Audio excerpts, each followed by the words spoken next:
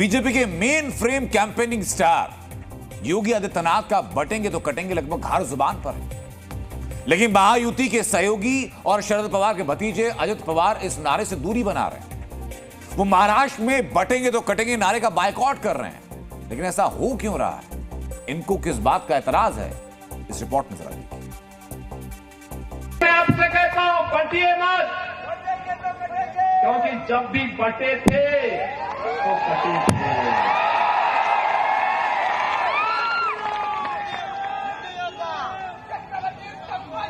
एक है तो नेक है, एक है तो सेफ है, और बटे थे तो कटे थे। हमें बटना नहीं है, एकजुट होना है।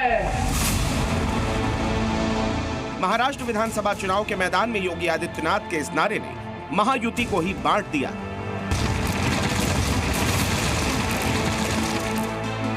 महाराष्ट्र के डिप्टी सीएम अजित पवार इस नारे से कन्नी काट रहे हैं। आणि आमची विचारधारा ही वेगळी होती, परंतु त्यावेळेस कॉमन मिनिमम प्रोग्रामवर आम्ही एकत्र आलेलो होतो। आता देशाचा विकास व्हावा, राज्याचा सर्वांगीण विकास व्हावा, ह्या मुद्द्यावर आम्ही ह्या सरकारमध्ये सामील झालो। हे पहिल्या दिवसापासून मी तुम्हाला सांगतोय, हे माझं मत मी आजही शिवशाहू फुले आंबेडकरांच्या विचारधारेशी निगडीत आहे, कालही होतो आणि पुढेही राहणार आहे। ही माझी भूमिका आहे, ही आमच्या पक्षाची भूमिका आहे। अजित पवार की इस गूगली से भले ही लोग हैरान हो, लेकिन बटेंगे तो कटेंगे के नारे से अजित पवार का किनारा उनकी सियासी मजबूरी भी है और रणनीति भी। अजित पवार के समर्थकों और उम्मीदवारों में अल्पसंख्यकों की अच्छी खासी संख्या है। अजित पवार ने 10% मुस्लिम कैंडिडेट्स को टिकट दिया है। अजित पवार ने सन्ना मलिक, नवाब मलिक, हसन मुशरीफ जैसे मुस्लिम उम्मीदवारों को मैदान में उतारा है। जिस पश्चिम महाराष्ट्र में अजित ज्यादातर सीटें लड़ रहे हैं, वहां पर मुस्लिम मतदाता निर्णायक भूमिका में है। उनका पूरा फोकस मुस्लिम मतदाताओं को अपने साथ जोड़े रखना भी है। ये अजित पवार की मजबूरी है कि वो महायुति में है, और ये अजित पवार की रणनीति है कि वो बटेंगे तो कटेंगे से किनारा कर रहे हैं। यहाँ तक कि एनसीपी की चुनावी रैलियों में पीएम मोदी की तस्वीर भी गायब है। इतना ही नहीं, बीजेपी से टकराव के बाद भी अजित पवार ने नवाब मलिक को टिकट दिया है।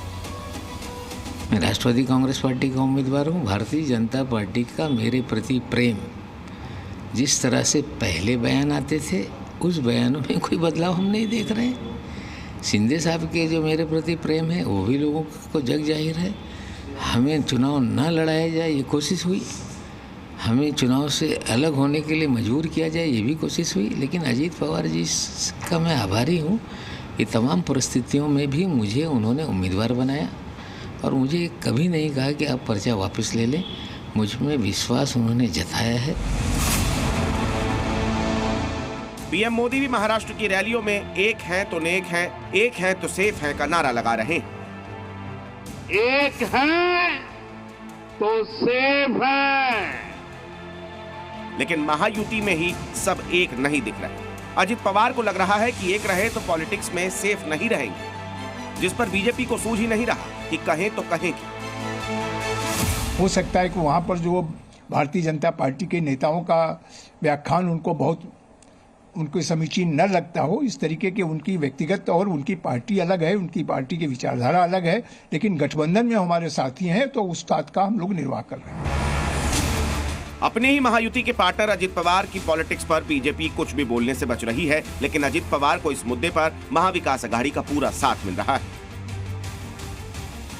हम सेफ है महाराष्ट्र में, और हमको ज्यादा सेफ होना है, इसलिए हमको बीजेपी को यहाँ से निकालना है। और आप आने से ही महाराष्ट्र में हम अनसेफ हो जाते हैं, क्योंकि हमको मालूम है आप यहाँ आकर लोगों को भड़काएंगे, दंगे के लिए एनकरेज करेंगे, बटेंगे और कटेंगे जैसी घोषणाएं देंगे। जब तक आप यहाँ आते हो तब तक हम अनसेफ है, इसलिए हम इस राज्य से आपको पूरी तरह से बाहर फेंक देंगे। The comments coming from Yogi Adityanath about बटेंगे तो कटेंगे, or the Prime Minister saying एक हैं तो safe हैं, and Ajit Pawar ji coming out and speaking against their own alliance partners shows a whole lot of confusion in the entire Mahajuti Gathbandhan. Clearly comes across as there is absolutely no consensus between the three. The three have got together only to enjoy the perks of power, and now that they know that they're all set to lose. Mahayuti में शामिल अजित पवार का stand BJP के कटेंगे तो बटेंगे पर पटा हुआ है, लेकिन शिवसेना शिंदे गुट का स्टैंड क्लियर है, जो योगी के नारे पर पूरा यकीन रखती है और मानकर चल रही है कि बटेंगे तो कटेंगे। मुंबई से अमर काणे के साथ ब्यूरो रिपोर्ट, जी मीडिया। जी न्यूज़।